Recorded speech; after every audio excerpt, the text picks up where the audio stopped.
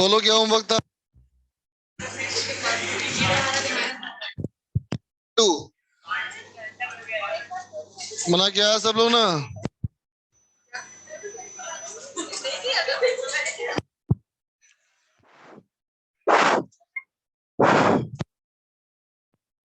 निकालो सीट।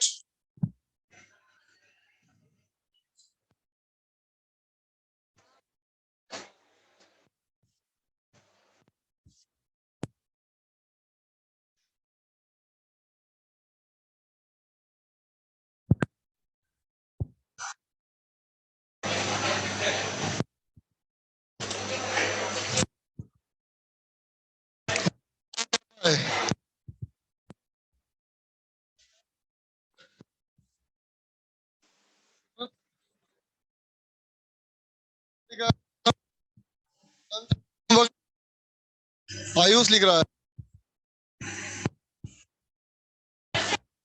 कि नहीं आया है? अच्छा एक मिनट कितने लोग होमवर्क नहीं करके आए? तो हैंड करो, हैंड रेस करो। नहीं करके आए? अच्छा नहीं करके आए आदत के अनुसार, या टाइम नहीं मिला? टाइम नहीं मिला, छोड़ो फिर कल करते हैं डिस्कस। अबे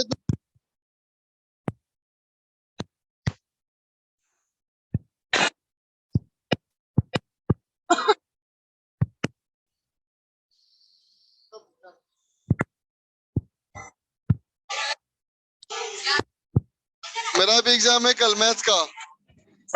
हर्ष कहता है डिस्कस करो। बहुत बच्चे नहीं किए, करने दो ना बच्चों को। करते हैं, चलो करेंगे डिस्कस। सीख मिलती ट्रेनिंग।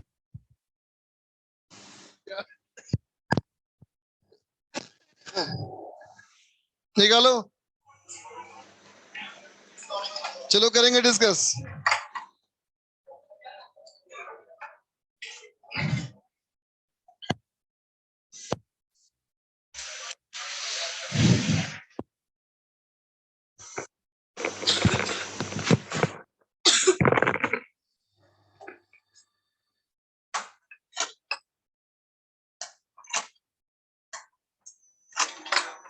खराब हो गया है।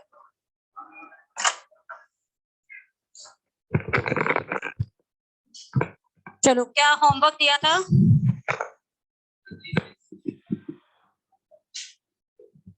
ओके, इसका जीओसी 1 का, जीओसी 1 का आपको कब दिया? अच्छा, जीओसी 1 का तो उनके लिए डालना था, J12 के लिए। वो गलत डल गया। वो क्या है, उस ग्रुप में भी मैसेज डाला था, जो J12 वाला बैच है उसमें करना था वो डिस्कस। आपके में तो सिर्फ DPP कर दी। जीओसी 2 में अभी इसलिए नहीं दिया क्योंकि एसिडिक स्ट्रेंथ आज पूरा हो जाएगा, उसके बाद अपन उसको सॉल्व करेंगे। ठीक है, ऑनलाइन में आवाज आ रही है सभी को?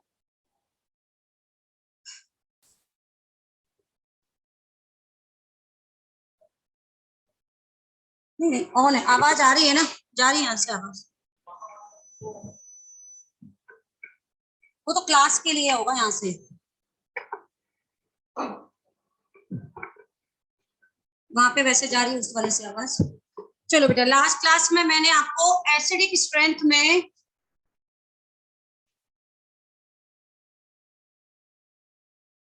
के अंदर एक टॉपिक पढ़ाया था, SIR। लास्ट क्लास में यही टॉपिक चल रहा था अपना, जब अपनी कंबाइंड क्लास थी। SIR इफेक्ट वो मैंने पढ़ा दिया था। पहले बताओ समझ आ गया था या नहीं आया था? SIR इफेक्ट, SIR इफेक्ट से एसिडिक स्ट्रेंथ क्या होती है? इंक्रीज होती है। क्यों इंक्रीज होती है उसका रीजन भी समझाया था, उसका नोट लिखेंगे पहले। एग्जाम्पल तो आज कराऊंगी अभी उस पे। ऑर्थो सब्स्टिट्यूटेड बेंजोइक, क्या कर रहे हो?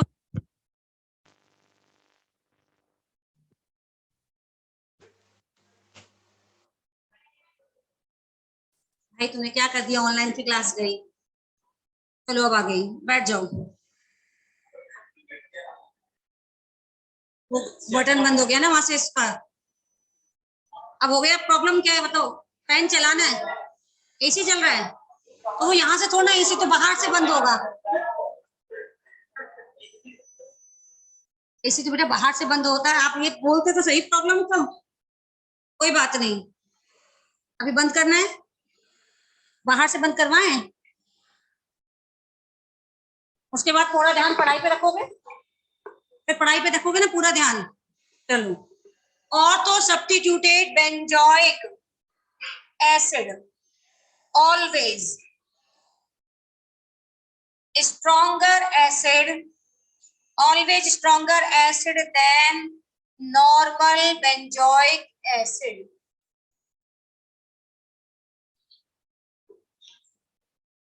Due to AC बंद कर दो बाहर से। Due to SIR ortho effect, ortho substituted benzoic acid, यानी ऑर्थो पे कोई भी ग्रुप हो, ऑलवेज, ऑलवेज को हाईलाइट किया हुआ है। इफेक्ट्स नहीं देखते जब अपन SIR इफेक्ट देखते हैं, ठीक है। और सबसे डोमिनेंट इफेक्ट कौन सा रहेगा बेटा? SIR effect. SIR के बाद M के बाद HC, इसके बाद I, इस तरह से अपन सीक्वेंस वाइज देखेंगे।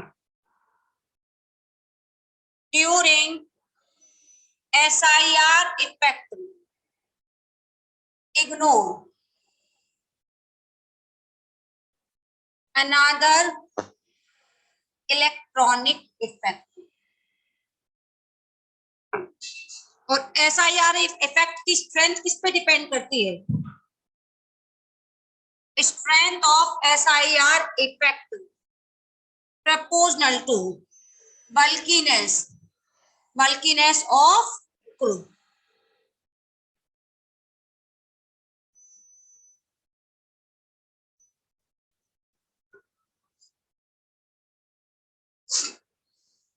एक पॉइंट पे ऑलरेडी लिखा चुकी थी लास्ट क्लास में, SIR इफेक्ट बेंजोइक एसिड पे ही लगता है, फिनॉल और सल्फोनिक एसिड पर नहीं लगता। ये मैं कल की क्लास में सिखा चुकी हूँ।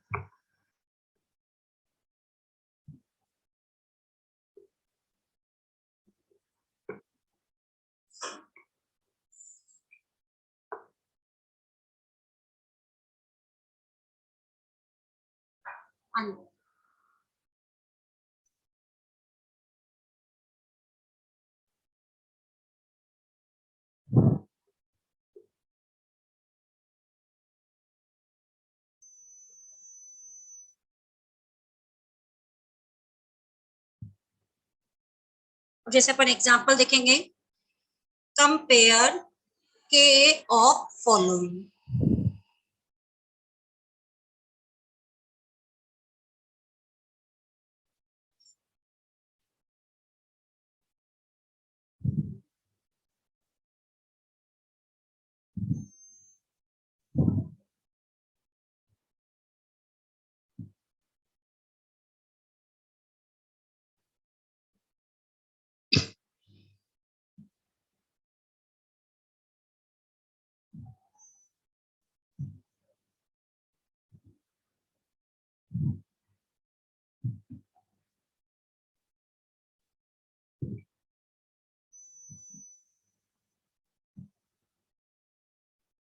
चलिए बेटा देखें, हम समझेंगे। लिख लिया है तो केवल मैंने दो एग्जांपल एक जैसे आपको बनाए, फिनॉल ऑर्थो मेटा पैरा पे मिथाइल, इसको अपन कॉमन लैंग्वेज में कहते हैं cresol, ortho cresol, meta cresol, para cresol. Same benzoic acid और ऑर्थो मेटा पैरा, ठीक है। पहले हम फर्स्ट वाले का कंपेयर कर रहे हैं ऑर्डर, तो जल्दी से मुझे बताओ किस में SIR इफेक्ट लग रहा है? मुझे पता था आप बोलोगे कि सेकंड में लग रहा है, इसीलिए मैंने ये एग्जांपल दिया। क्या ये फिनॉल है? ये कौन है फिनॉल? क्या फिनॉल पे SIR इफेक्ट लगता है?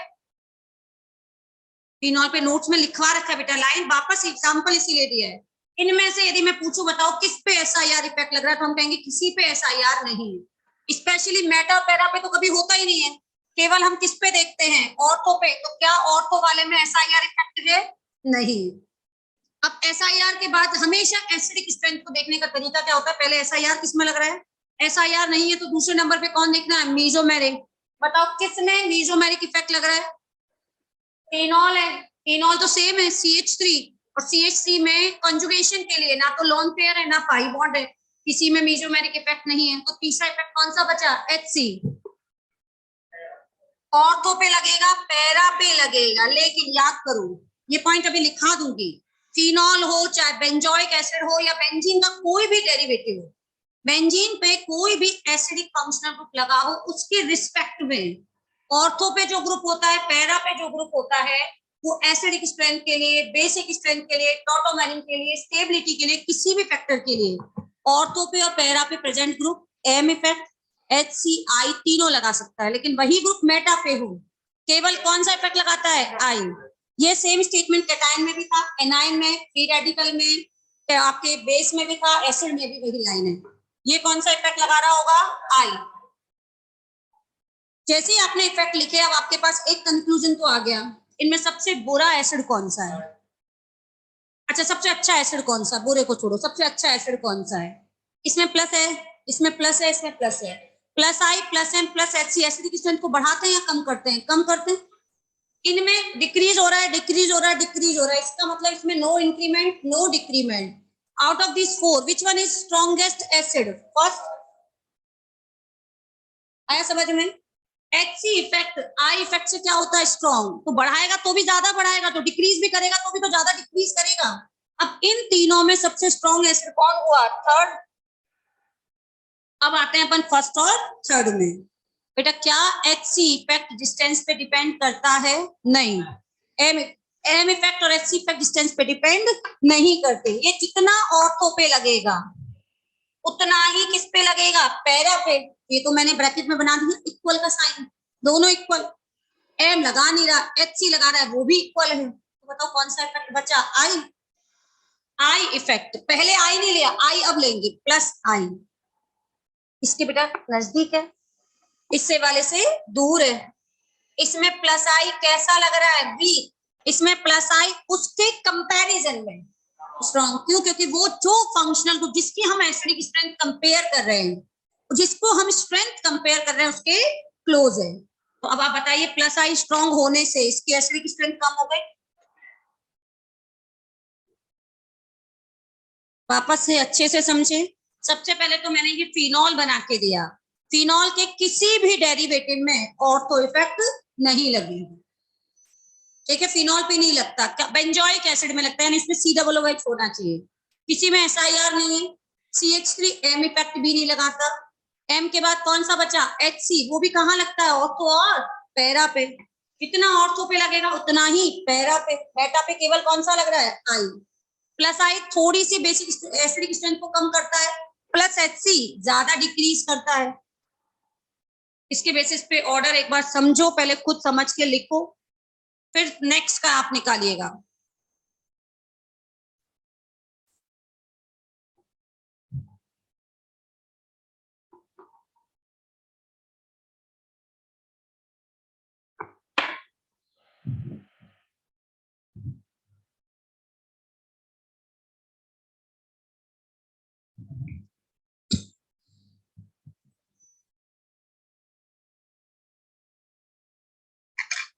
नेक्स्ट वाले का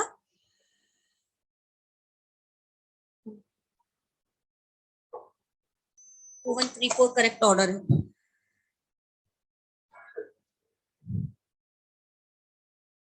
सेकंड में SIR इफेक्ट है या नहीं, कौन से वाले में, और SIR इफेक्ट है तो एसिडिक स्ट्रेंथ इंक्रीज होगी या डिक्रीज होगी, तो इनमें सबसे ज्यादा, अभी क्या लाइन लिखी थी, फर्स्ट लाइन क्या लिखी थी, पढ़ो, ऑर्थो सब्स्टिट्यूटेड, यानी ऑर्थो पे कोई भी ग्रुप है, ortho substituted benzoic acid always stronger acid than normal benzoic acid.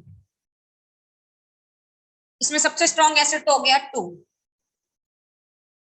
उसका रीजन था SIR, ऊपर वाले में किसी में SIR नहीं था। ये एग्जांपल दिए इसीलिए ताकि आपको इफेक्ट सारे कंपैरिजन करना आ जाए। आप कैसे कंपेयर करें, ये मेटा पे है, मेटा पे कौन सा इफेक्ट लगा रहा है, आई, पैरा पे HC ये भी डिक्रीज कर रहा है, ये भी, और इस पे कौन सा लग रहा है? जीरो। जीरो का मतलब ना इंक्रीज हो रहा है ना डिक्रीज हो रहा है, तो 2 1 3 4। क्या ये समझ आया?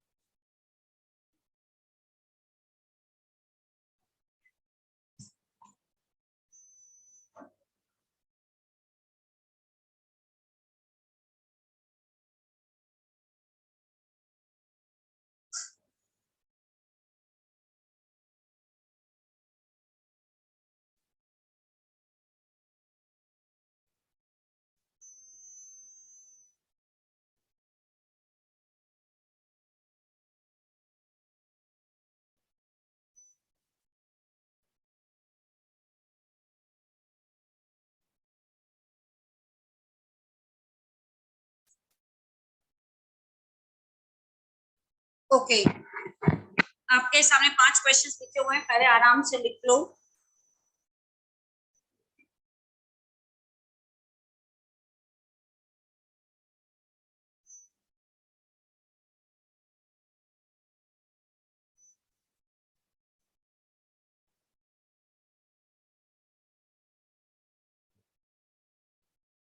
हाँ बेटा, अग्रिम आपने सभी का लिख लिया ऑर्डर।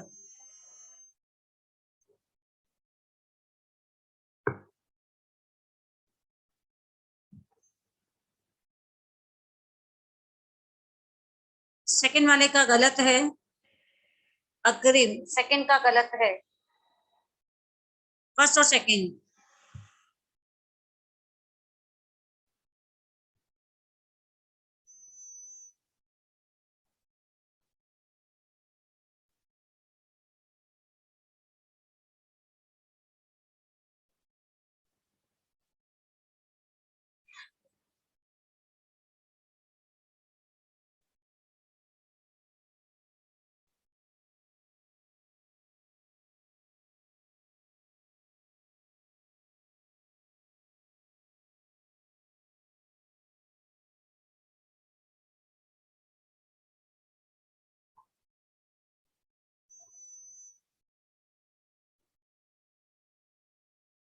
क्लोरीन बेटा यहाँ हाइड्रोजन बॉन्डिंग नहीं करेगा, क्लोरीन हाइड्रोजन बॉन्डिंग नहीं करता है, वो एक एक्सेप्शन हम केमिकल बॉन्डिंग में पढ़ाते हैं, दैट इज क्लोरल।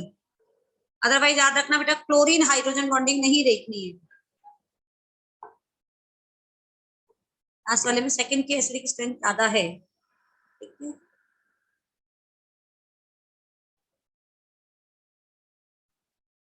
अभी पहले आप एक बार 5 क्वेश्चंस लिखो, और मैं चाहती हूँ ऑर्डर लिखो।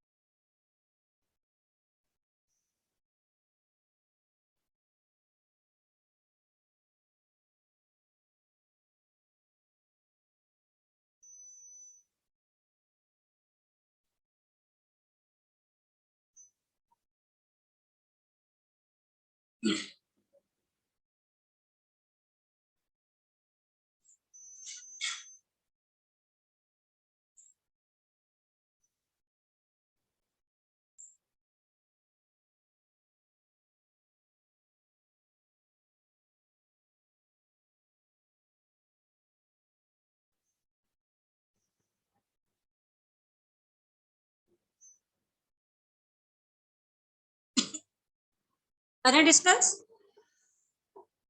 चलो बेटा, फर्स्ट वाले में ऑर्डर है 1 2 3 4 के ऑर्डर।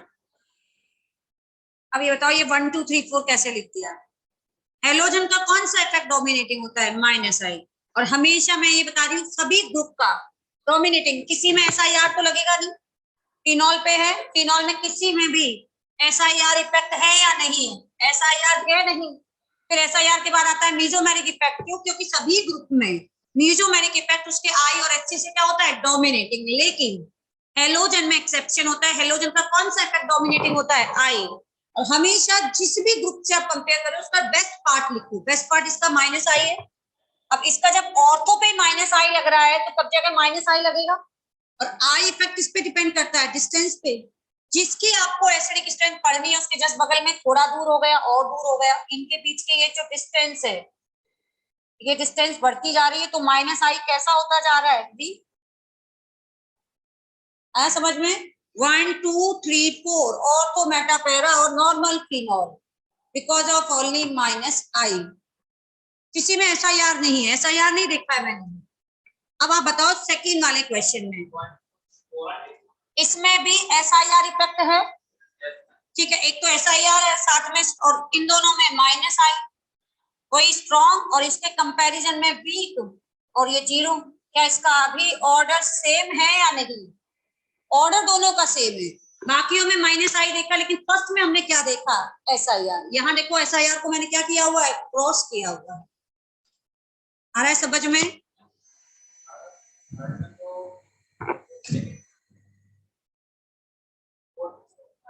फोर्थ में तो है ही नहीं ना, जीरो। कोई माइनस आई नहीं फोर्थ में, तो आई इफेक्ट है ही नहीं। और माइनस आई चाहे वीक भी हो, थोड़ा बहुत भी माइनस आई होगा तो minus I minus an acidic strength को बढ़ाते हैं ना। अब इसमें बताओ पहले SIR इफेक्ट किसमें है? इन सभी में SIR इफेक्ट है। अब मैंने एक लाइन लिखाई है, SIR इफेक्ट में इलेक्ट्रॉनिक इफेक्ट नहीं देखते बेटा, क्या देखते हैं? साइज। जितना ज्यादा SIR के लिए क्लोरीन वीक ग्रुप नहीं है। नहीं बेटा, क्लोरीन थर्ड पीरियड का एलिमेंट है। थर्ड पीरियड का एलिमेंट अच्छा खासा स्टीरिक राउंडिंग लगा सकता है। 4 3 2 1। क्या ये समझ आया? रीजन क्या है बताओ? क्लोरीन का साइज छोटा सा, क्लोरीन पे गए थोड़ा और बड़ा हो गया, ब्रोमीन पे गए और बड़ा, आयोडीन पे गए और बड़ा। जितना ग्रुप बल्कि होता जाएगा बड़े साइज का, स्टीरिक क्राउडिंग उतनी ज्यादा लगेगी। और जितना ज्यादा स्टीरिक क्राउडिंग लगेगी COOH ग्रुप, उतना इमीडिएटली परपेंडिकुलर होगा।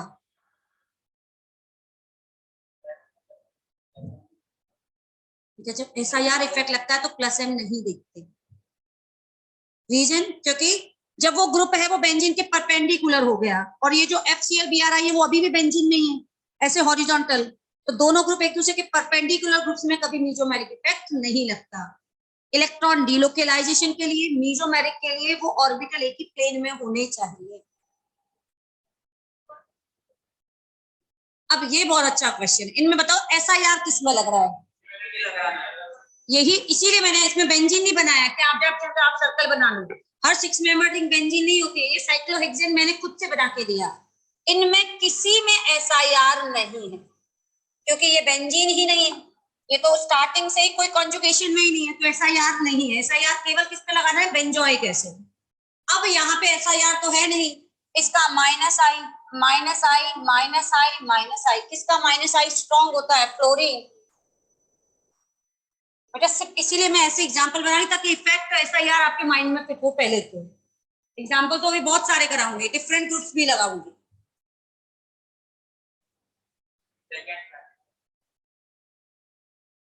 अभी क्वेश्चन पूछूंगी, पहले मैं, पहले आराम से बना लो। ड्रॉ कर लिया? समझ आ गया क्या? फर्स्ट फॉर्म इनमें से किसमें SIR है? पहला क्वेश्चन।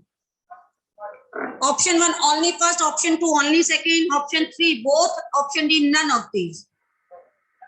इन दोनों में से किस में SIR इफेक्ट है? क्वेश्चन यही है। इसको मान लेते हैं फर्स्ट स्ट्रक्चर, इसको second. Option 1 only first, second option only second, third option both, fourth option none of these. Aditya ने आंसर दिया है। हाँ तो बेटा मेरा क्वेश्चन बस यही है, SIR इफेक्ट किस में है? ठीक है, मेरा क्वेश्चन है SIR इफेक्ट किस में है। मैंने कहीं कोई ग्रुप नहीं बोला है, कुछ नहीं। In which of the following structure SIR effect is working? Option 4 दे दिए, 1 2 only 1 only 2 both none of these. एक बच्चे ने आंसर दिया, ध्रुव ने बोथ, अग्रिम ने आंसर दिया फर्स्ट ओनली। अभी मैंने कुछ नहीं बोला है, अब आप बताओगे तभी बताऊंगी, बोलूंगी। आराम से चेक कर लो, SIR इफेक्ट ऐसा नहीं है, मैंने GOC 1 में आपने पढ़ा हुआ है। और देखो, टाइम दे रही हूँ आपको। SIR इफेक्ट इसमें भी है, SIR इफेक्ट इसमें भी है, बोथ। ऐसा नहीं है, एसिडिक स्ट्रेंथ में SIR इफेक्ट बेंजोइक एसिड में लगता है। मैंने लिखा है एसिडिक स्ट्रेंथ में SIR इफेक्ट बेंजोइक पे लगता है, लेकिन SIR एक नाम है जो किसी पे भी लग सकता है। क्या यहाँ पे इन दोनों की स्टीयरिक क्राउडिंग से ये ग्रुप बेंजीन के परपेंडिकुलर हो, यानी इसमें SIR इफेक्ट किस पे लग रहा है? COOH पे। इसमें ध्यान से देखो, इन दोनों की स्टीयरिक क्राउडिंग से ये NO2 परेशान हुआ और ये कहां चला गया? बेंजीन के परपेंडिकुलर। यहाँ NO2 पे SIR लग रहा है, यहाँ COOH पे लग रहा है। मैंने तो यही पूछा था, मैंने ये थोड़ा ना पूछा था, मैं पूछती एसिडिक स्ट्रेंथ के लिए किसमें SIR लग रहा है, तो आंसर 1 होता। इसलिए मैं बार बार क्वेश्चन रिपीट कर रही हूँ, SIR किसमें लग रहा है? दोनों में। समझ आ गया? अब मुझे बताइए, ये हो गया परपेंडिकुलर, यहाँ NO2 कौन सा इफेक्ट लगा रहा है? ये NO2 कौन सा इफेक्ट लगा रहा है? -M, क्योंकि ये तो अभी भी कंजुगेशन में है, इस पे कोई SIR नहीं लगा। ये NO2 इस बेंजीन पे कौन सा इफेक्ट लगा रहा है? क्योंकि ये तो परपेंडिकुलर हो गया, और परपेंडिकुलर होने पे उसका रेजोनेंस खत्म, और रेजोनेंस खत्म तो मीजोमेरिक गया, बचा कौन सा इफेक्ट? -I। अब आते हैं अपन acidic strength. Obvious acidic strength तो फर्स्ट की ज्यादा है, क्योंकि फर्स्ट में COOH पर SIR लग रहा है।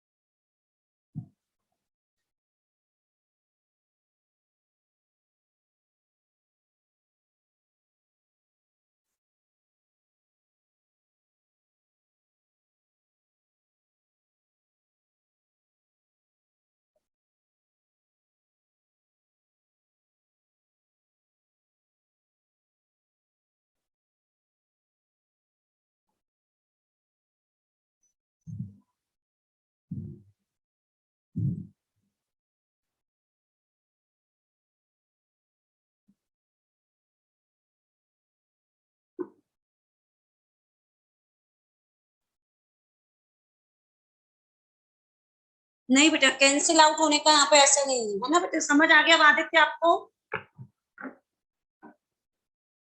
अग्रिम, आपने भी बेटा पहले एक ही क्वेश्चन लिखा था कि फर्स्ट में ही होगा, आप समझ आ गया सभी को?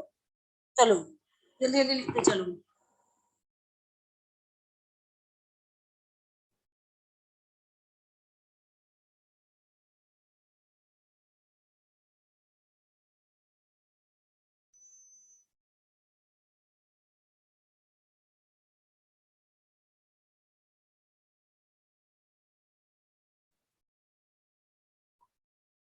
देखो अभी सबका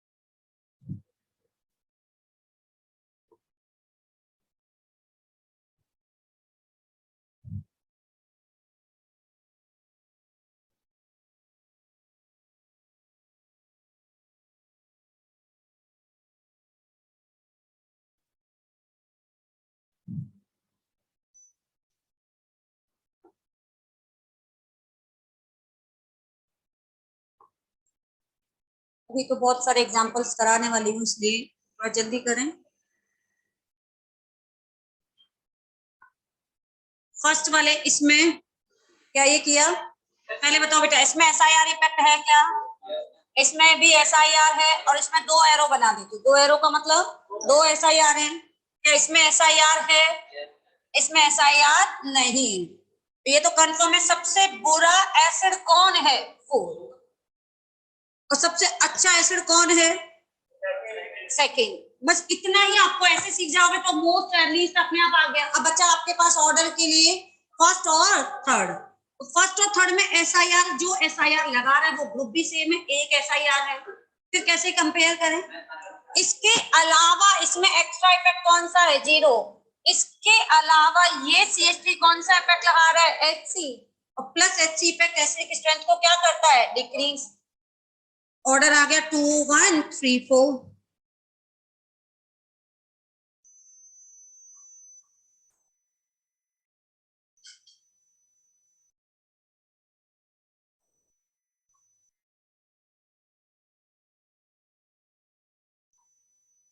क्या ये समझ आ गया सभी को अच्छे से?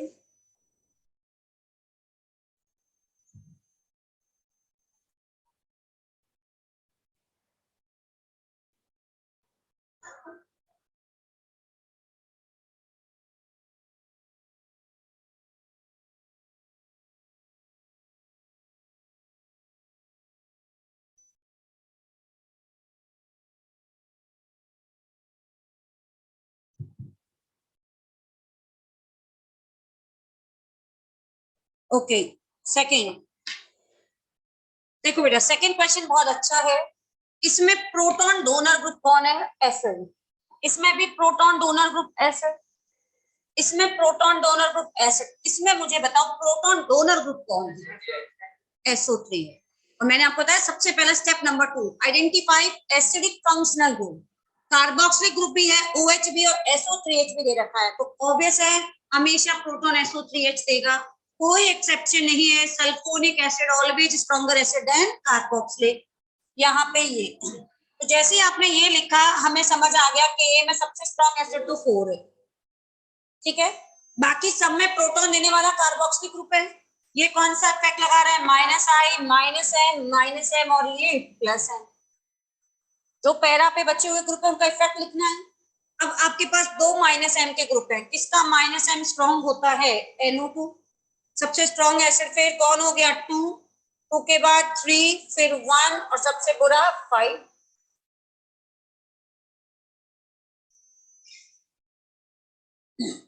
4 2 3 1 5।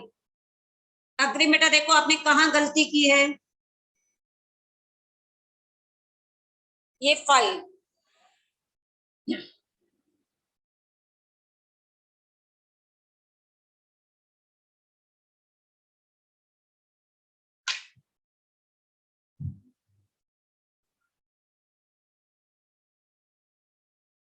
ये तो वैसे इजी है। सब में कार्बोक्सिलिक ग्रुप। इसका नाम बताओ बेटा, क्योंकि कई बार इनके कॉमन नेम आते हैं, इसीलिए ये मैंने एग्जांपल दिया इसीलिए। Acetic acid, acetic acid, formic acid, oxalic acid. नाम सुना है ना? ऑक्सैलिक एसिड है। ऑक्सैलिक एसिड और इन सब में से H का इफेक्ट 0, CH3 का इफेक्ट +I और इस COOH का -I। तो 3 2 1। इस वाले का 4 2 3 1 5।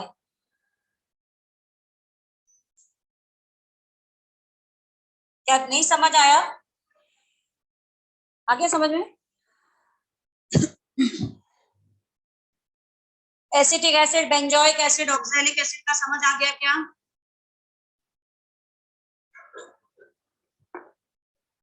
हाँ, ये चारों को एक साथ कंपेयर करना है, PQRS। एक ही क्वेश्चन है, PQRS को एक साथ कंपेयर करेंगे।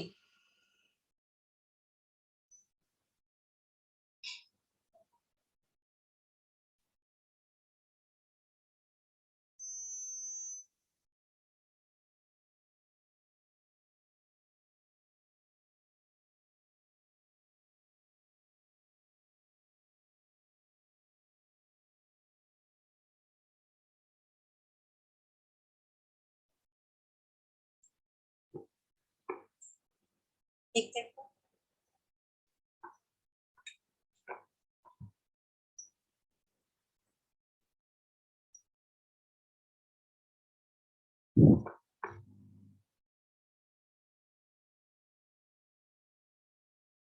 एक ही क्वेश्चन मैंने आपको बना के दिया है, थोड़ा सा कंसेप्चुअल। सबसे पहले तो इधर देखिए सभी, P और Q को आपस में कंपेयर करो। कैसे कंपेयर करोगे P और Q को? मैं एक बार P का कॉन्जुगेट बेस बना देती हूँ, Q को ऐसे रहने दूं। एक बार मैंने Q का कॉन्जुगेट बेस बना दिया,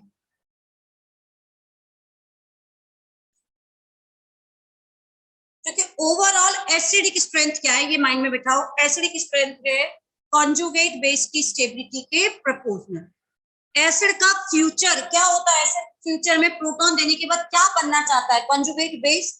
जिसका कॉन्जुगेट बेस स्टेबल होगा उसकी ओवरऑल एसिडिक स्ट्रेंथ क्या होगी? ज्यादा। यानी फ्यूचर में जाने के लिए वो उतना जल्दी प्रोटॉन को रिलीज करेगा।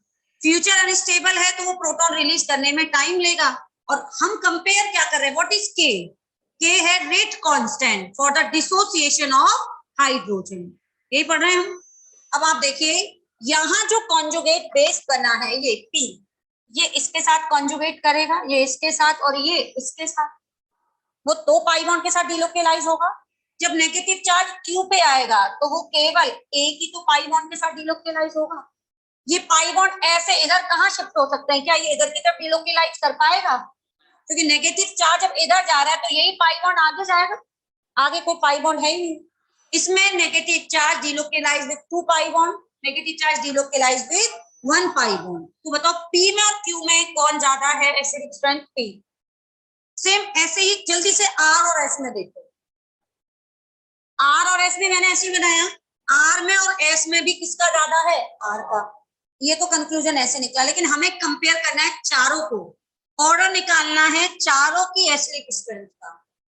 अब आप ध्यान से देखो, ये है P और यदि मैं R बना दूं सेम इसी के जैसा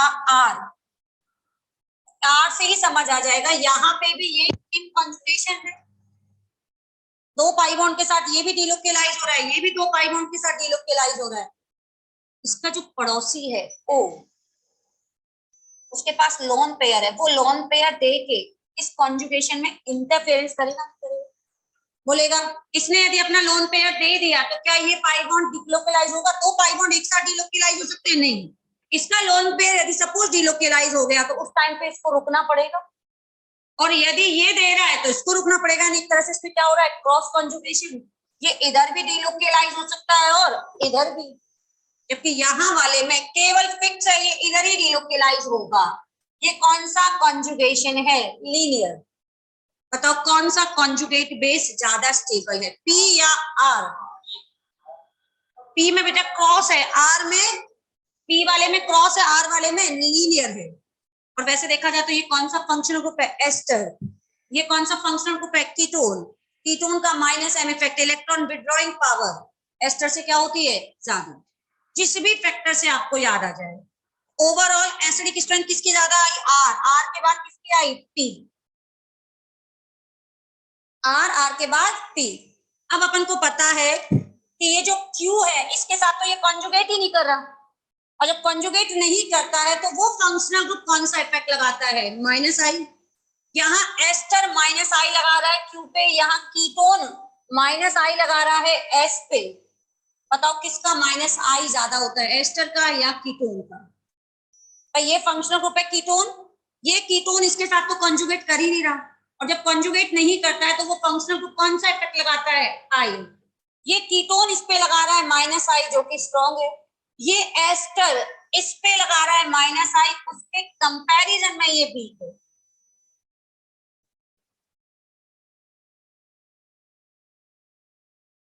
केवल मैंने नाम इसीलिए दिया, एक को ध्यान से देखो, एक को एस्टर बना के दिया है, एक को मैंने कीटोन बना के दिया है, बाकी स्ट्रक्चर पूरी सेम है। इसका मतलब एस्टर और कीटोन का भी तो इफेक्ट कंपेयर हो रहा होगा। इस वाले Q पे की एस्टर -I लगा रहा है, इस वाले S पे कीटोन -I इफेक्ट लगा रहा है। किसका -I स्ट्रॉन्ग होता है? कीटोन का। जितना minus I minus am strong होगा उसकी एसिडिक स्ट्रेंथ उतनी ही ज्यादा होगी। ये पॉइंट पढ़ ही रहे हैं, बस उसी को लिखना है।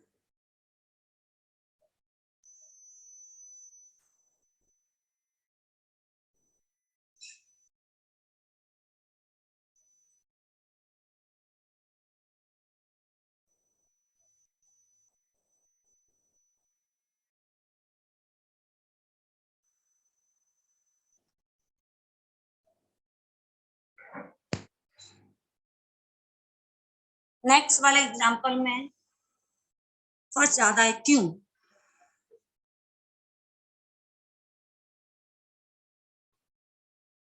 एक्सप्लेनेशन कर लेते हैं। ये ठीक है, first greater than second, but explain करो।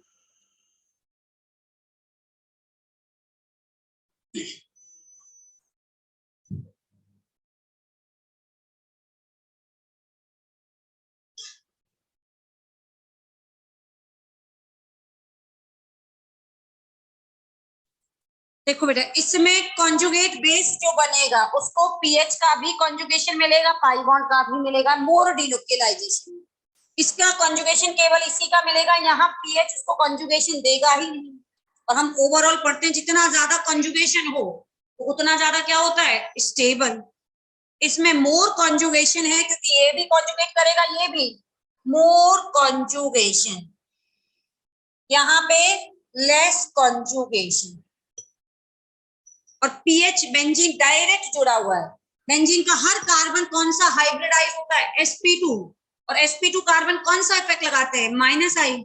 माइनस आई इफेक्ट भी स्ट्रॉन्ग है, साथ में वो डिलोकेलाइजेशन भी प्रोवाइड कर रहा है।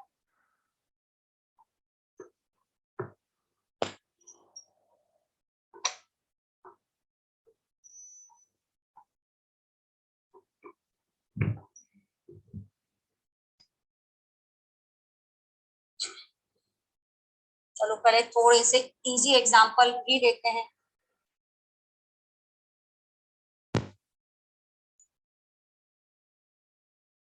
कोई के कंपेयर करना है,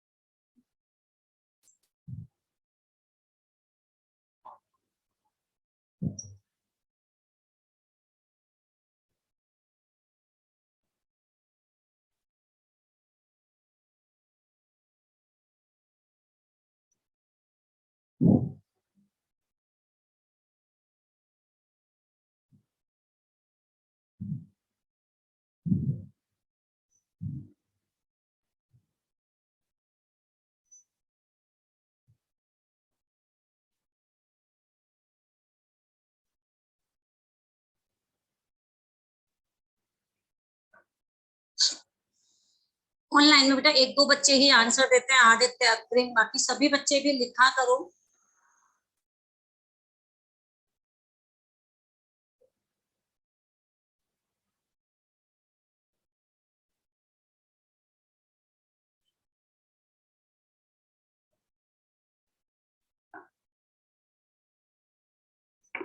आपके में मैथ कौन पढ़ाता है? ए एन के सर, हाँ। और फिजिक्स?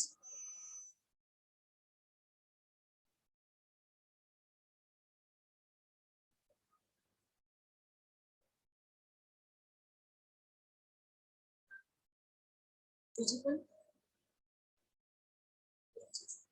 उसमें पढ़ाते हैं R M L sir.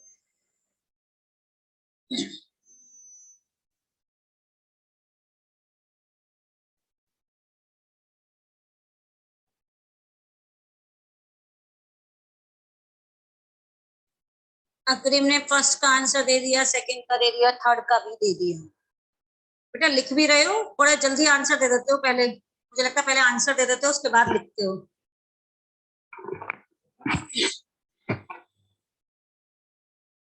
Yes, good, अच्छी आदत है।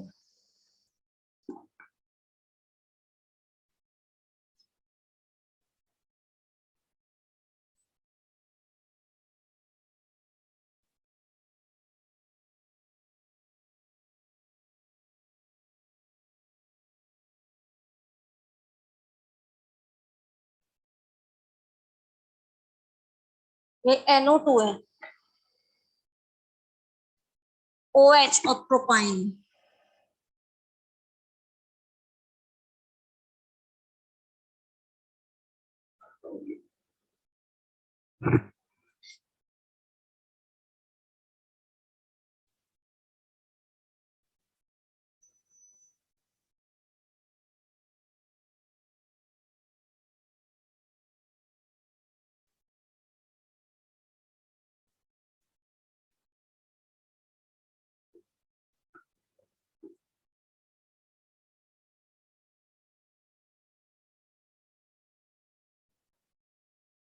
फिफ्थ क्वेश्चन पूरा नहीं दिख रहा है, मुझे तो लगता है यहाँ से पूरा दिख रहा है।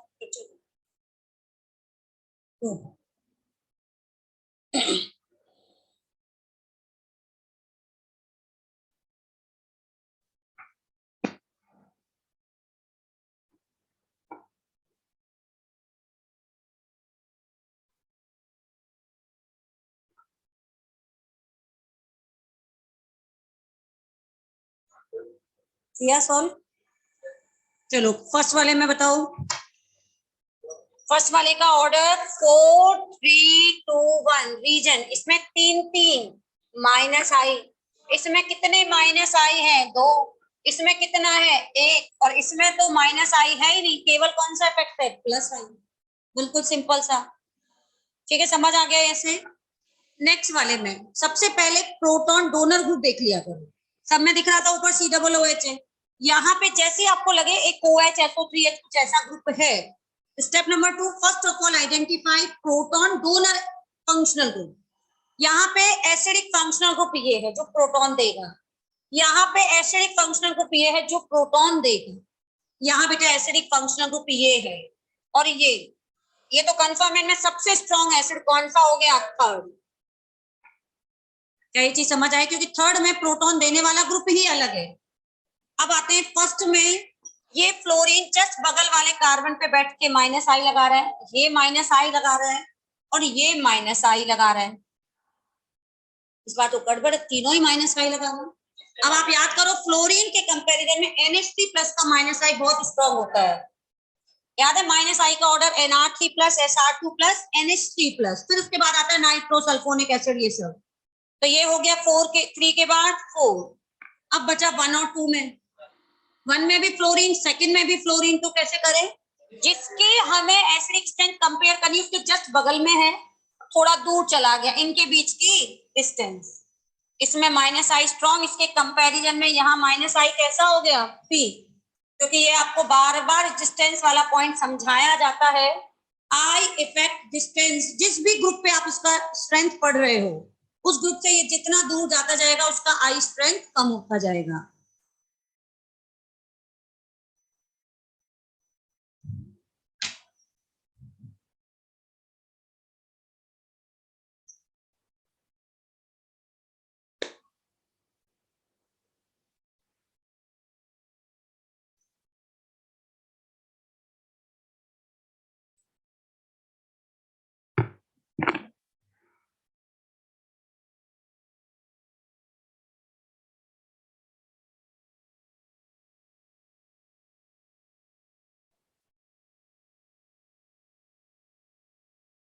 करूँ डिस्कस? क्या ये तो सभी से हो गया होगा? इसमें प्लस आई, ये माइनस आई, इसका माइनस आई स्ट्रॉन्ग रीजन डिस्टेंस।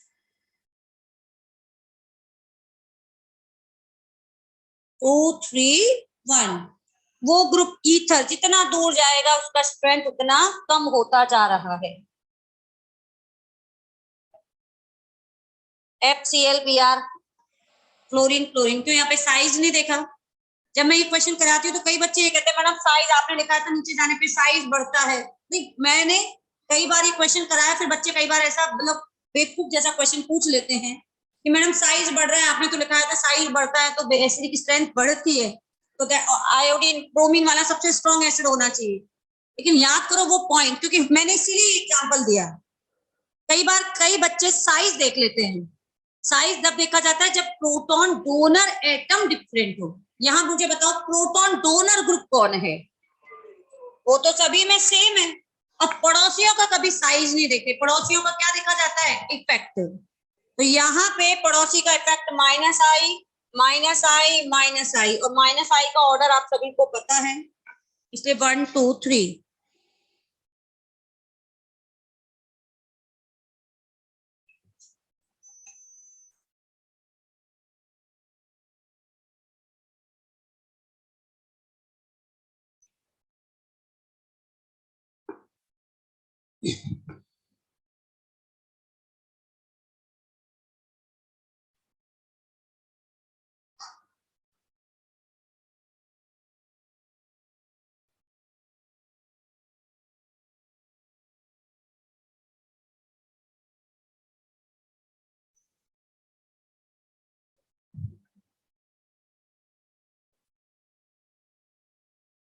लास्ट वाले में 1 2 3 4 5 6 भी है कहीं, राइट। सारे डिक्रीजिंग ऑर्डर में 1 2 3 4 5 6। बताओ कैसे? फर्स्ट वाले में सल्फोनिक एसिड, सेकंड में कार्बोक्सिलिक, थर्ड में कार्बोक्सिलिक। यहाँ वो कंजुगेशन प्रोवाइड करेगा। यहाँ ये कौन सा इफेक्ट लगाएगा? प्लस आई। उसके बाद फिनॉल, ये कौन है? एल्कोहल। फिनॉल और एल्कोहल में डिफरेंस बताया था। ये कंजुगेट करेगा, ये तो कभी कंजुगेट करेगा ही नहीं। और लास्ट में सबसे पहला टर्मिनल एल्काइन। सेकंड स्टेप मैंने आपको यही लिखाया है, एसिडिक फंक्शनल ग्रुप को पहचानो। उसका ऑर्डर हमेशा क्या होता है? Sulphonic, carboxylic, इनॉल, alcohol, terminal alkyne. ये उसी से सॉल्व हो गया। सेम फंक्शनल ग्रुप है तो अपन को इफेक्ट देखने हैं, फंक्शनल ग्रुप डिफरेंट है तो उसमें इफेक्ट नहीं देखने। ठीक है, केवल 2 एक्सेप्शन हैं। एक आपके सामने ये लिखा है और एक आएगा अभी, आपने हो सकता है नाम सुना हो।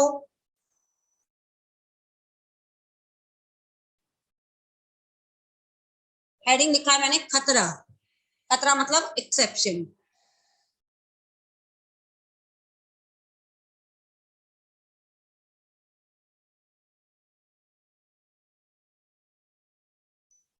सुंदर सा साइन बनाना है ताकि नोट्स जब भी खोलो आपको हाईलाइट होकर दिख जाए। एक्सेप्शन का हमेशा इस तरह बनाओ, हाईलाइट करो, ड्राइंग बना लो।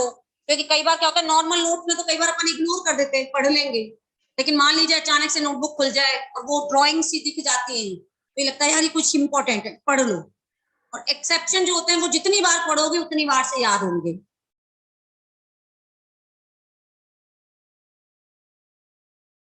देखो अभी तक मैंने, अब इनमें डाउट है किसी में?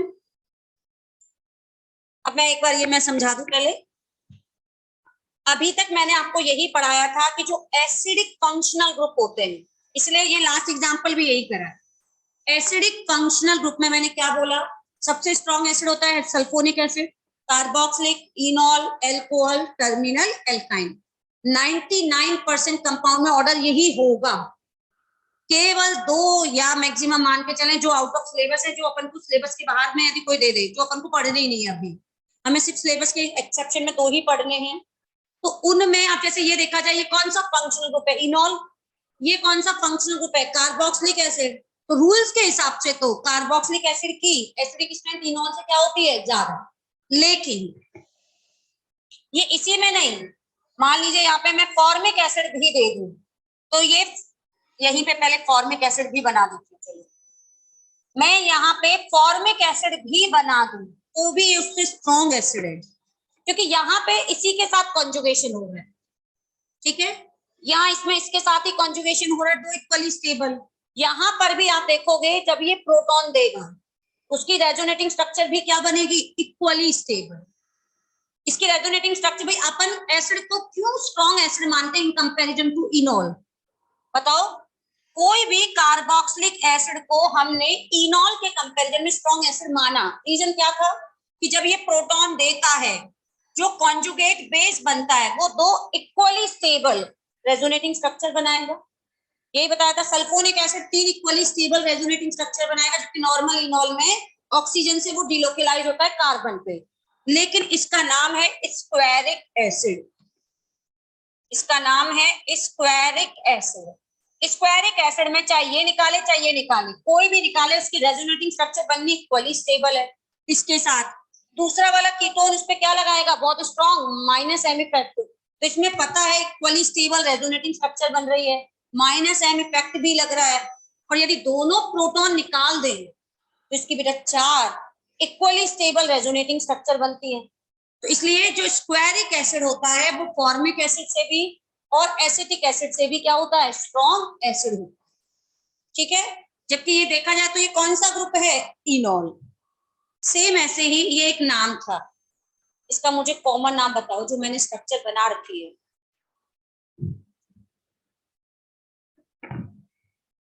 इसका कोई भी स्टूडेंट कॉमन नेम, इसका नाम है पिक्रिक एसिड। पिक्रिक एसिड में minus M minus M minus M. अच्छा, पूरी केमिस्ट्री में सबसे स्ट्रॉन्ग माइनस एम कौन लगाता है, NO2। सबसे स्ट्रॉन्ग माइनस एम NO2, वो भी 3 NO2, 2 ऑर्थो पे 1 पैरा पे, और इसमें SIR तो लगता ही नहीं। पिक्रिक एसिड की भी acidic strength formic acid, benzoic acid, acetic acid से ज्यादा होती है।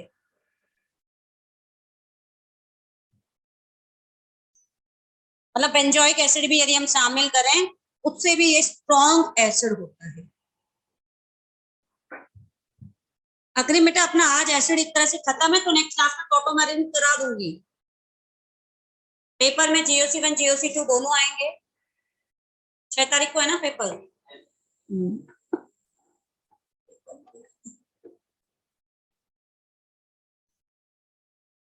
पिक्रिक एसिड स्क्वेरिक एसिड से भी स्ट्रॉन्ग एसिड है। यदि पिक्रिक एसिड में और स्क्वेरिक एसिड में कंपेयर किया जाए तो पिक्रिक एसिड, लिख लेना ये लाइन भी, picric acid stronger than squaric acid.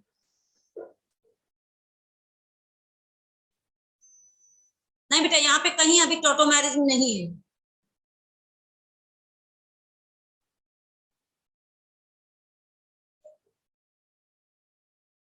हाँ, because of the equally stable resonating structure and minus M effect. यदि मैं एक बार में एक ही प्रोटॉन निकालूं तो भी इक्वली स्टेबल बनेंगे, और दोनों प्रोटॉन निकल गए तो 4 इक्वली स्टेबल बनेंगे, और बनेंगे इसके इक्वली स्टेबल रेजोनेटिंग स्ट्रक्चर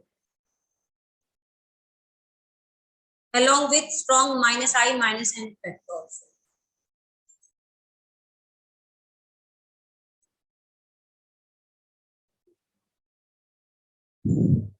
अब अपन एक नाम, मुझे लगता है जब हम पिछले साल या पिछले जन्म में जब 2021 में ऑनलाइन घर से पढ़ते थे तब एक IUPAC नाम का एक टॉपिक पढ़ाया गया था, और उस टॉपिक में एक वर्ड आया था ओम्स गैप आया था। फुल फॉर्म बता दो कोई भी।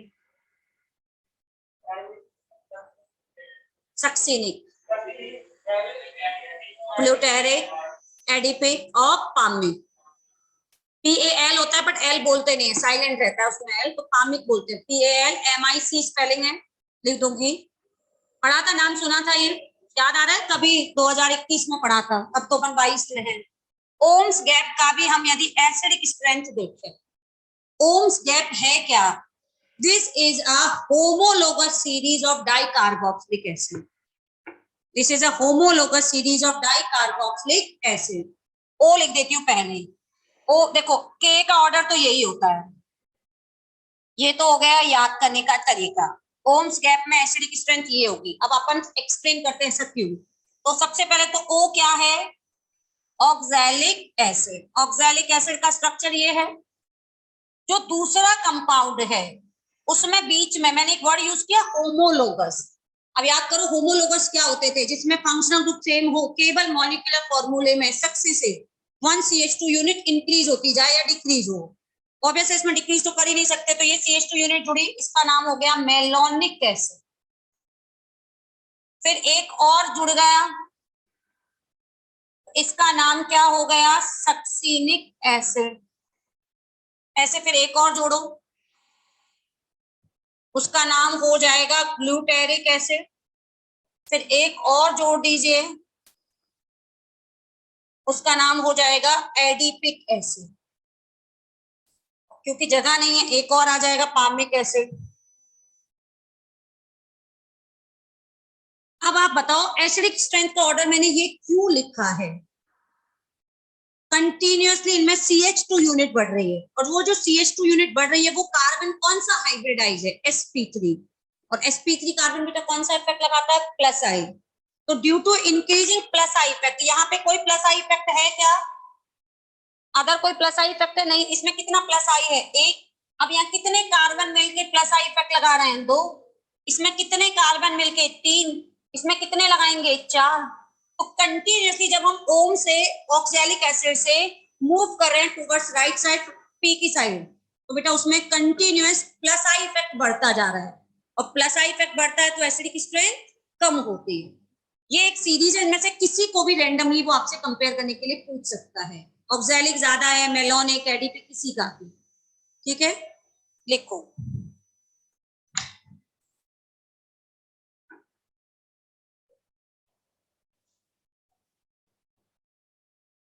CH वो कार्बन है, अब आप CH2 को खुद लिख लोगे ना, कार्बन कभी 2 बॉन्ड तो बनाता नहीं है, तो ये तो मैंने ये सोचा कि बच्चे खुद लिख लेंगे।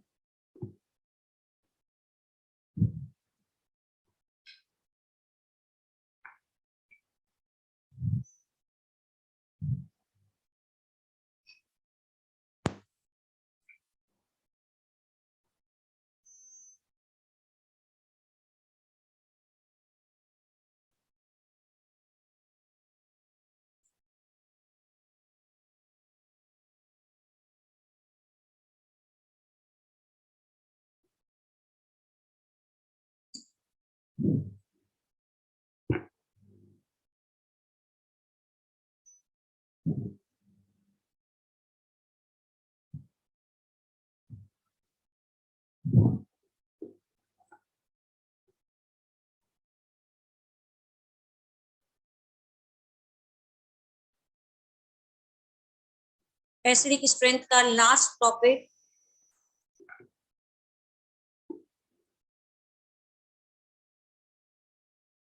Effect of hydrogen bonding. Examples और करा दूंगी प्रैक्टिस के लिए, या तो मैं ग्रुप में भेज दूंगी, मतलब थ्योरी वाइज अपना खत्म हो जाएगा इसलिए।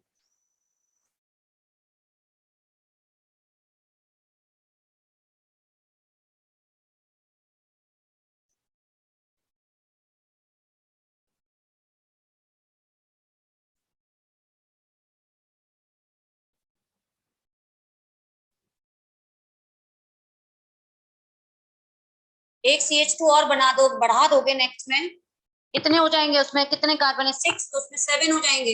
एक और बढ़ा दो, स्पेलिंग लिख लो, PALMIC, पामिक एसिड। कई जगह लिखा रहता है पाल्मेटिक, पामिक पाल्मेटिक एक ही बात है, एल नहीं बोलते उसमें, ठीक है। पामिक, PALMIC।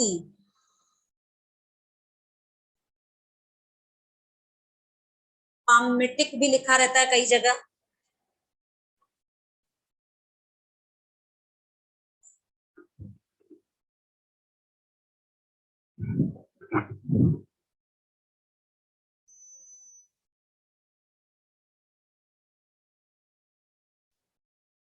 क्या, नहीं नहीं, टेबल नहीं, ये तो कुछ पहले का लिखा हुआ है, effect of hydrogen bonding on acidic strength.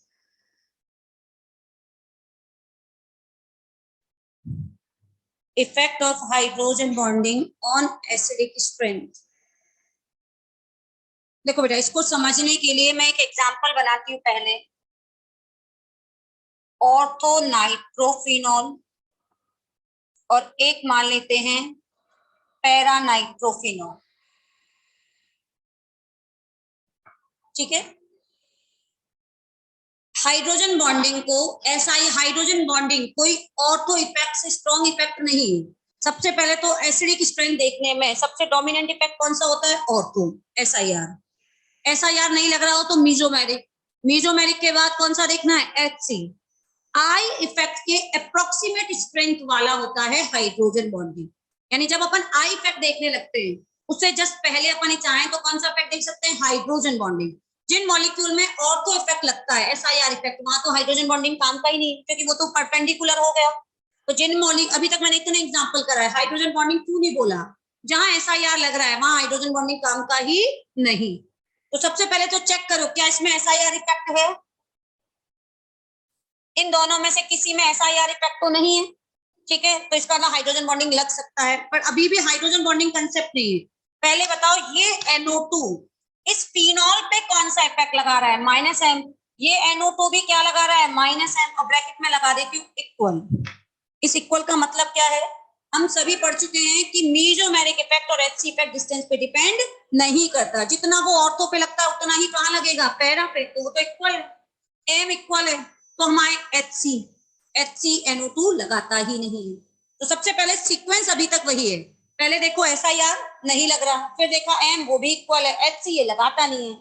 अब आता है अपना आई इफेक्ट। तो आई से पहले हम अभी देखेंगे हाइड्रोजन बॉन्डिंग। ये जो हाइड्रोजन है ये एसिड है।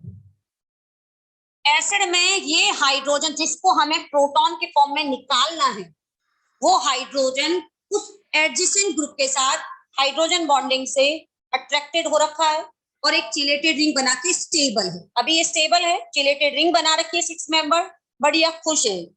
इस वाले में OH और NO2 के बीच कोई बोलचाल नहीं है, सब दुश्मन है, दोनों अलग अलग दूर दूर पड़े हुए। मान लीजिए मैंने इन दोनों से कहा, सपोज ये मेरी बात सुन रहे हैं, मैंने इन दोनों से कहा तुम दोनों अपना प्रोटॉन रिलीज करो।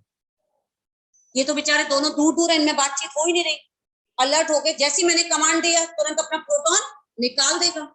लेकिन ये तो बिजी अट्रैक्शन से रिंग बना के बैठा हुआ है, फिर सुन भी लेगा तो भी वो इग्नोर करेगा। रीजन, उसको पता है ये स्टेबल है, ऑलरेडी 6 मेंबर रिंग बना के जो कंपाउंड स्टेबल है, तो क्या वो अपनी 6 मेंबर रिंग को तोड़ के रिलीज होना आसानी से चाहेगा? नहीं चाहेगा। फिर जिसमें पता है कि इस प्रोटॉन को रिलीज कर दिया तो इन दोनों में रसिया यूक्रेन के जैसी लड़ाई होने लग जाएगी, यानी इन दोनों में रिपल्शन हो जाएगा। अभी तो अट्रैक्शन की वजह से चुपचाप पड़े हुए हैं, जैसे ये प्रोटॉन रिलीज करेगा इनमें लड़ाई होने लग जाएगी। इसमें तो पहले भी कोई अट्रैक्शन रिपल्शन नहीं हो रहा, रिलीज कर दिया उसके बाद भी कोई फर्क ही नहीं पड़ रहा, दोनों बिल्कुल बातचीत ही नहीं करते। तो अब आप मुझे बताओ किसमें प्रोटॉन आसानी से रिलीज हो रहा है?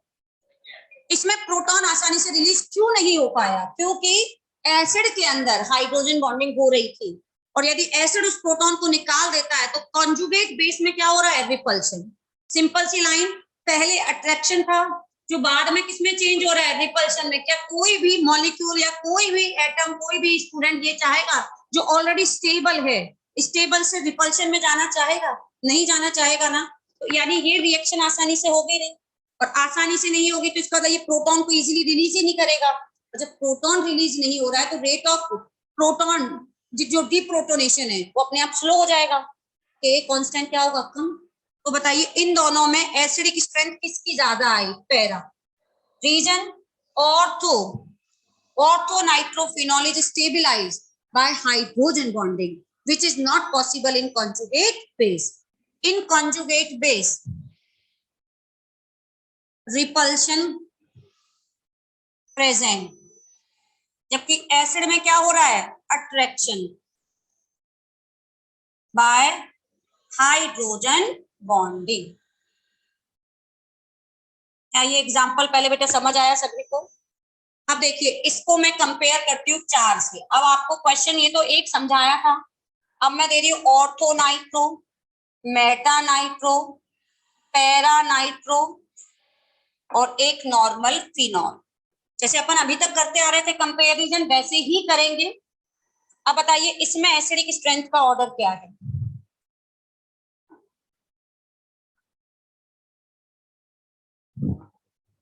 एसिडिक स्ट्रेंथ का ऑर्डर देखना है। सबसे पहले क्या देखते हैं? एसआईआर। क्या इन चारों में किसी में एसआईआर है? नहीं है। फिर हम देखेंगे इसमें -M, इसका -I, इसका -M और 0। सीक्वेंस वही है देखने का। अब आप पहले बताओ इन दोनों में सबसे वीक एसिड कौन है? दोनों में क्या, सॉरी इन चारों में वीक एसिड कौन है? क्यों? मैंने एक लाइन बोली, हाइड्रोजन बॉन्डिंग को कब देखना है? आई से पहले। पहले तो इसमें कौन सा इफेक्ट लग रहा है? मीसोमेरिक, माइनस एम एसिडिक स्ट्रेंथ को क्या करेगा? बढ़ाएगा। अब क्वेश्चन है कि इसमें जितना माइनस एम लग रहा है उतना ही माइनस एम इसमें लग रहा है। जीरो लेवल से माइनस एम ने बढ़ा के दोनों को 20 पर ले आए। अब क्वेश्चन है कि क्या वो 20 रहेगा या एक का 20 रहेगा, एक का 21 हो जाएगा? मतलब इतना डिफरेंस रहेगा केवल हाइड्रोजन बॉन्डिंग से। पहला इफेक्ट है माइनस एम। वही चीज देखिए, पहले माइनस एम लग रहा है, इसमें माइनस आई लग रहा है, उसमें कुछ नहीं लग रहा। तो सबसे वीक एसिड तो कौन है? 4। उसमें तो एसिडिक स्ट्रेंथ बढ़ी नहीं रही। फिर सेकंड माइनस आई है, थोड़ा बढ़ाएगा। एक जीरो लेवल से माइनस आई इतना बढ़ाता है, यानी केवल 2, 3 कर देता है। और माइनस एम इसको कहां ले जाता है? अप्रोक्सीमेट 20 मान लो। तो बेटा ये तो कंफर्म है कि माइनस एम से जो एसिडिक स्ट्रेंथ बढ़ी है वो माइनस आई और minus S plus H C से तो बढ़ी होगी। अब अपन को कंपेयर करना है इन दोनों में। इन दोनों में कैसे कंपेयर करें? क्योंकि जितना माइनस एम इसमें लग रहा है उतना ही माइनस एम इसमें लग रहा है। तो अब आप क्या बोलोगे? Hydrogen bonding. समझ आया? हाइड्रोजन बॉन्डिंग पहले नंबर पे नहीं बोलनी है। पहले एसआईआर के बाद एम से जो आगे आ जाएगा उसको आगे रखना है। ये जीरो है, ये माइनस आई है, इन दोनों में माइनस एम है, वो भी इक्वल है। तो how we identify which one is stronger acid? क्योंकि माइनस एम ने तो दोनों को बढ़ा के अप्रोक्सीमेट 20 पे ले आया। अप्रोक्सीमेट 20 का मतलब अब किसी की 21 हो सकती है, हो सकता है किसी की 19 हो। तो वो जो थोड़ा सा डिफरेंस है, वो माइन्यूट डिफरेंस किसकी वजह से डेवलप होता है? हाइड्रोजन बॉन्डिंग से एसिडिक स्ट्रेंथ में कोई मेजर डिफरेंस नहीं आता है, बहुत माइन्यूट डिफरेंस आता है। अब इसमें हाइड्रोजन बॉन्डिंग से वो प्रोटॉन का जो डीप्रोटोनेशन है वो थोड़ा डिले हो जाएगा। इसके कंपैरिजन में इसमें क्या रहेगा? वो फास्ट रहेगा। अब आप बताइए 3 और 1, ये जो 3 और 1 में कंपैरिजन किया, ये किसकी वजह से किया? हमने हाइड्रोजन बॉन्डिंग की वजह से। मान लीजिए इसी सेम एग्जांपल को मैं अब आपको यहाँ पे बेंजोइक एसिड में बना के दे दूं। वही ortho nitro, Meta nitro, para nitro और एक बेंजोइक एसिड। ठीक है, तो अब आप सोच के बताओ, इसको यहां लिख देती हूँ। कैसे करोगे? वही सेम क्वेश्चन है, बस मैंने उसको बेंजोइक एसिड कर दिया। तो उसमें हमने हाइड्रोजन बॉन्डिंग नहीं देखी थी। बताओ क्यों नहीं देखी? हाइड्रोजन बॉन्डिंग हर एग्जांपल में क्यों ऑब्जर्व नहीं कर रहे हम? क्योंकि जब बड़ा इफेक्ट एसआईआर लग रहा है तो उस टाइम पे हाइड्रोजन बॉन्डिंग कोई बहुत स्ट्रॉन्ग बॉन्ड नहीं होता है, वो एक वीक बॉन्ड ही होता है। तो यहाँ पे बताइए सबसे स्ट्रॉन्ग एसिड एसआईआर 1। इसके बाद तो वैसे भी मेटा और पैरा पे तो हाइड्रोजन बॉन्डिंग वैसे भी नहीं होती। समझ आया? अब बताइए यहाँ पे क्या देखेंगे? माइनस आई, यहाँ माइनस एम, यहाँ जीरो। तो यहाँ तो हाइड्रोजन बॉन्डिंग का चांस ही नहीं है। यहाँ पे क्योंकि एसआईआर था नहीं, इन दोनों में मीसोमेरिक इफेक्ट बराबर आ रहा था, NO2HC लगाता नहीं है, तो बचा हमारे पास कौन सा इफेक्ट? Hydrogen bonding.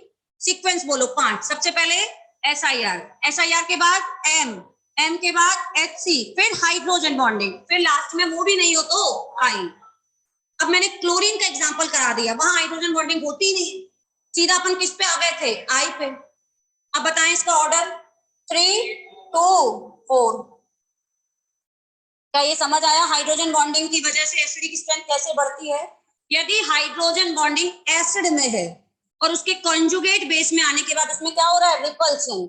सिंपल सी याद रखो, जो पहले अट्रैक्शन से है, रिपल्शन में कोई भी रिएक्शन आसानी से चेंज नहीं होती, तो ऑब्वियसली वहां रेट ऑफ रिएक्शन क्या होगी? स्लो होगी, स्लो चेंज, स्लो रिएक्शन।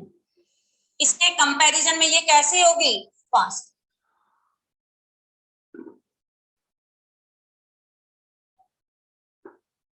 बेटा ये मेटा पे नहीं है, ऑर्थो पे ना, एडजेसेंट पोजीशन ऑर्थो, उसके रिस्पेक्ट में देखते हैं ना, उसको कहीं भी लिखो, हमेशा 2 ग्रुप एडजेसेंट है, कहीं भी लिखें तो वो ऑर्थो पोजीशन होगी।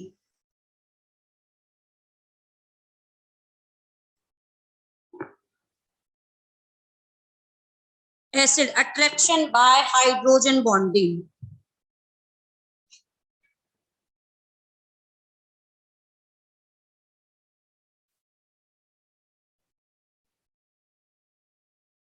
अच्छा पहले मेटा लगा बेटा वो मैंने आपको सिर्फ हाइड्रोजन बॉन्डिंग अच्छे से दिख जाए इसके लिए ऐसे लिख दिया। एडजेसेंट पोजीशन हमेशा बेटा ऑर्थो होती है।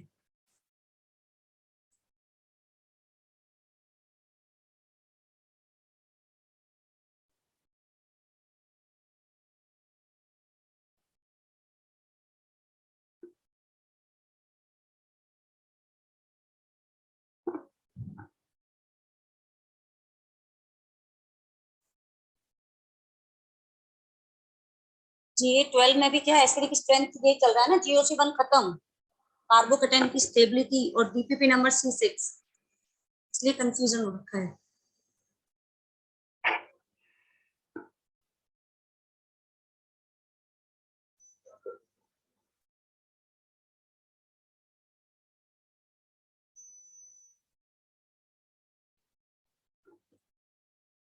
नोट्स में अपने हिसाब से अपनी लैंग्वेज में जो तुम्हें समझ आता है उस हिसाब से लिख लीजिएगा कि हाइड्रोजन बॉन्डिंग कब देखनी है। हाइड्रोजन बॉन्डिंग HC इफेक्ट के बाद ही देखनी है। SIR या मीजोमेरिक इफेक्ट डिफरेंट है, तो वो क्वेश्चन मीजोमेरिक से ही सॉल्व करना है, SIR से ही सॉल्व करना है।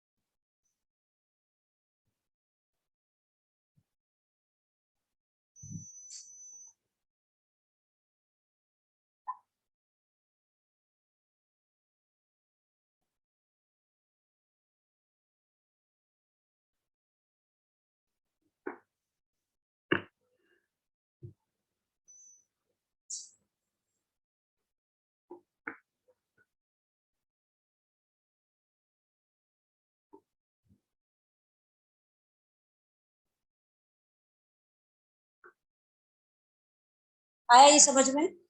अब एक और अच्छा सा एग्जांपल देखो, कोई ऑर्थो पोजीशन पे ध्यान रखना, OH OH। पहले तो मुझे कोई भी स्टूडेंट इनके कॉमन नाम बताना चाहे तो, ये बहुत इंपॉर्टेंट है, खुद DPP में शीट में थे अपने 11th क्लास में।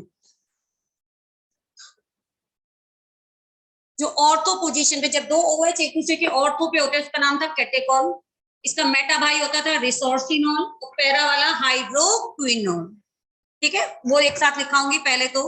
अब देखिए यहाँ पे सेम कंसेप्ट, ये है एसिड। इस एसिड में इन दोनों के बीच अगेन कोई ना अट्रैक्शन है तो नो कोई रिपल्शन नहीं है, दोनों एक दूसरे से बहुत दूर हैं, नो अट्रैक्शन नो रिपल्शन। यहाँ पे इसके पास भी हाइड्रोजन है जो इलेक्ट्रॉन डेफिशिएंट है, ये वाला हाइड्रोजन भी इलेक्ट्रॉन डेफिशिएंट है।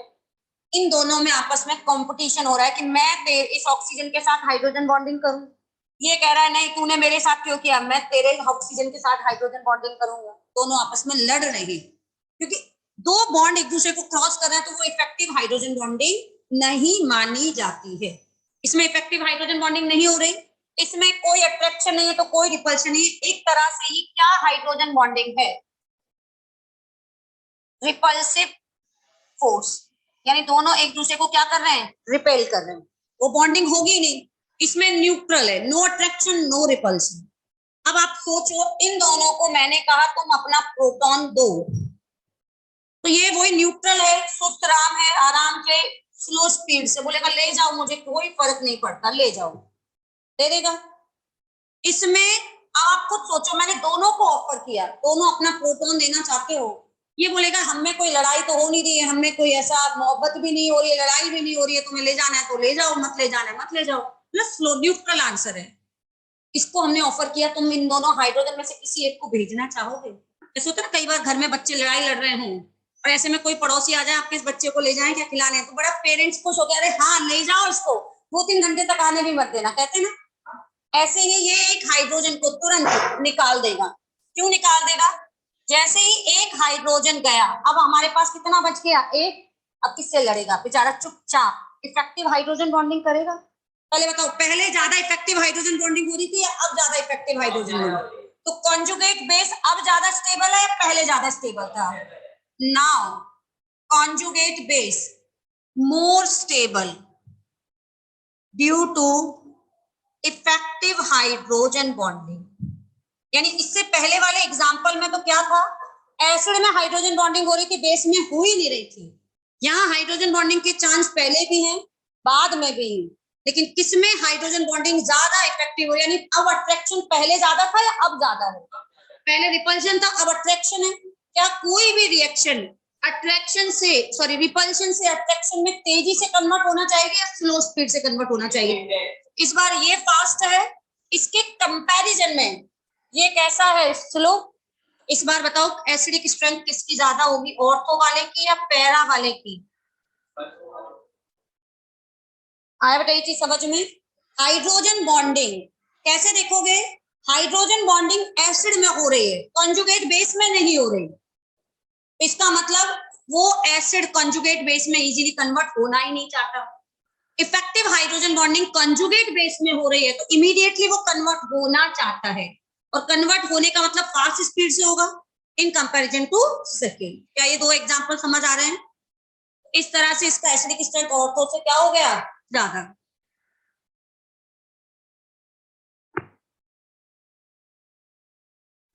एक आपने बहुत फेमस एग्जांपल नाम सुना इसमें, ये केमिकल में पढ़ाया जाता है, नहीं पढ़ाया होगा कोई बात नहीं, वैसे तो पढ़ाया जाता है।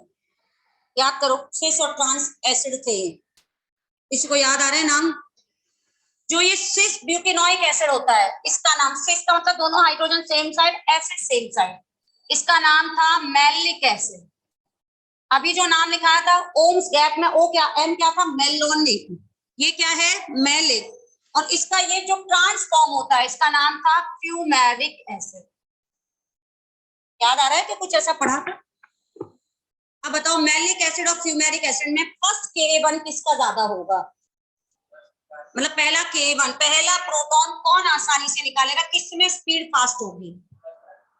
मैलिक और फ्यूमेरिक में किसकी ज्यादा होगी? मैलिक की। क्यों? पहले क्या हो रही है? लड़ाई। लड़ाई को खत्म तुरंत करना चाहेगा या नहीं करना चाहेगा? तुरंत खत्म करने के लिए इमीडिएटली फास्ट स्पीड से प्रोटॉन देगा। देखो जैसे प्रोटॉन दिया, अब एक ही हाइड्रोजन बच गया, इसमें कभी भी हाइड्रोजन बॉन्डिंग हो ही नहीं सकती, रीजन दोनों एक दूसरे के अपोजिट साइड हैं।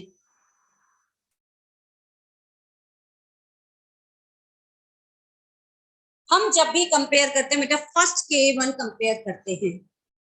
मान लो एग्जाम में लिख कर दे Ka2 लिख कर दे तो ही Ka2 के बारे में बताइएगा, अदरवाइज नहीं लिख कर दिया गया पहला प्रोटॉन।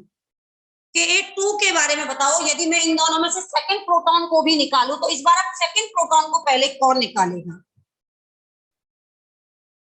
इन दोनों से मैंने कहा तुम भी सेकंड प्रोटॉन भी निकाल दो, तो ये तो पहले भी न्यूट्रल था, नो अट्रैक्शन रिपल्शन, अभी भी नो अट्रैक्शन रिपल्शन, तीसरा भी दे देगा, बोलेगा अभी भी कौन सा फर्क पड़ रहा है, इसको भी ले जाओ, यानी वो तो न्यूट्रल स्पीड। अब बताओ ये इस प्रोटॉन को दे देगा, इसको पता है अट्रैक्शन से वापस क्या होने लग जाएगा? रिपल्शन।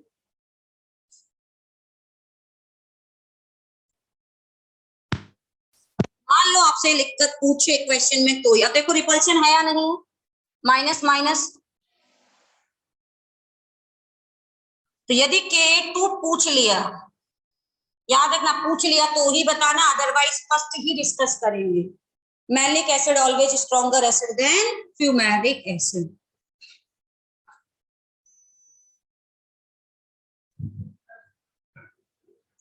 इस वाले का, ऑर्थो वाले का, कैटेकॉन, इसका हाइड्रोक्विनोन।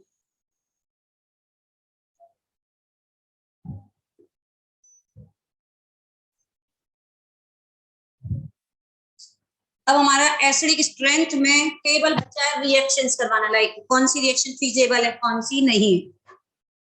ठीक है, एसिड के आप चाहेंगे तो नेक्स्ट क्लास में प्रैक्टिस और 2-4 क्वेश्चंस करा दूंगी। एसिड स्ट्रेंथ टॉपिक अपना कंप्लीट हो चुका है, रिएक्शन केवल बची है, कौन सी रिएक्शन पॉसिबल है, कौन सी नहीं। पहले ये लिख लो।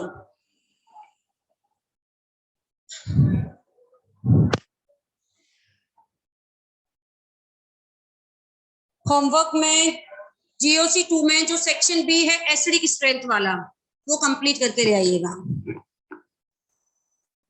GOC2 acidic strength.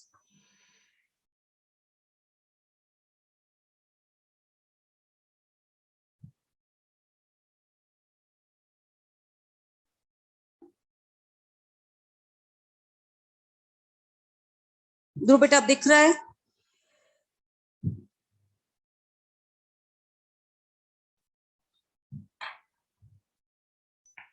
फोटो ले लो, लिखना पूरा है, इंपॉर्टेंट है, दोबारा घर पे पढ़िएगा, समझने की कोशिश करना। K1 K2 मैंने क्या समझाया है, नहीं समझ में आए नेक्स्ट क्लास में पूछ लेना, ठीक है। होमवर्क में एक्सरसाइज 1 सेक्शन बी GOC2 में एसिडिक स्ट्रेंथ वाला जो सेक्शन है वो कंप्लीट करके लाइएगा, ठीक है। क्योंकि अब नेक्स्ट क्लास में रिएक्शन पॉसिबल में तो थोड़ा सा ही है, ज्यादातर पार्ट अपन POC में पढ़ा देते हैं, इसलिए सोडियम की रिएक्शन पढ़ी थी POC में, सोडियम बाइकार्बोनेट और सोडियम की, ठीक है। तो वही मेजर पार्ट है, उसी का रिएक्शन का पार्ट तो बहुत मतलब 15 मिनट का लगेगा, उसके बाद टॉटोमेरिन स्टार्ट कर दूंगी, ठीक है। चलो